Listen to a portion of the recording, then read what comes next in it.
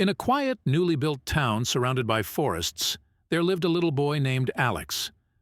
Alex was 10 years old and loved playing video games, drawing, and spending time with his family. One stormy night, Alex's parents went out to dinner, promising to return soon. They left Alex alone, telling him not to worry and to call if he needed anything. The storm intensified, thunder rumbled, and lightning lit up the sky. Alex tried to distract himself by playing Spider-Man on PS4, but the anxiety wouldn't leave him. He couldn't shake the feeling that something was wrong.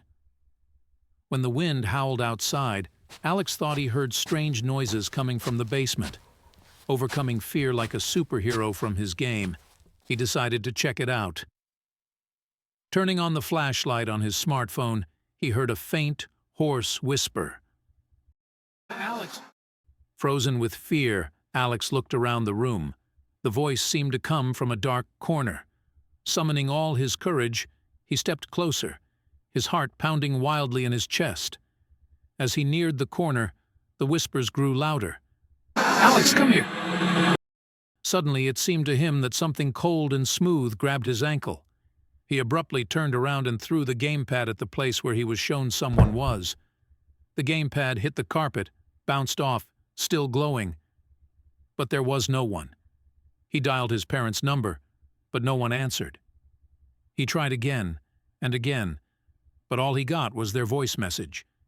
Panic seized him when he realized that he was really alone. The storm was still raging outside, and suddenly the electricity went out, plunging the house into darkness.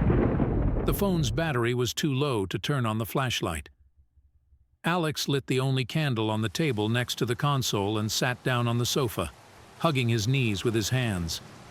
The only sound that broke the silence was the incessant pounding of rain on the windows. He prayed that his parents would come home and tell him that everything would be fine. Several hours passed, and the storm began to subside. Just as he was about to fall asleep, a loud knock rang through the house. "Mom? Dad?" he called out in a trembling voice. There is no answer. He cautiously approached the door and peered through the peephole. To his horror, he saw a monstrous figure standing outside with red glowing eyes. "Where are my parents?" Alex screamed, trying to pull away. "They're mine now," the monster hissed, "and soon you'll be mine too." "Help us, Alex," his mother begged, tears streaming down her face. He saw a dark figure flash across the room. Alex woke up in a hospital bed, still trembling from the horror he had experienced. Doctors told him that he was found unconscious in the basement of his house, and his parents had disappeared without a trace. He tried to explain what had happened, but no one believed his story about the monster. They thought he was a victim of shock and hallucinations.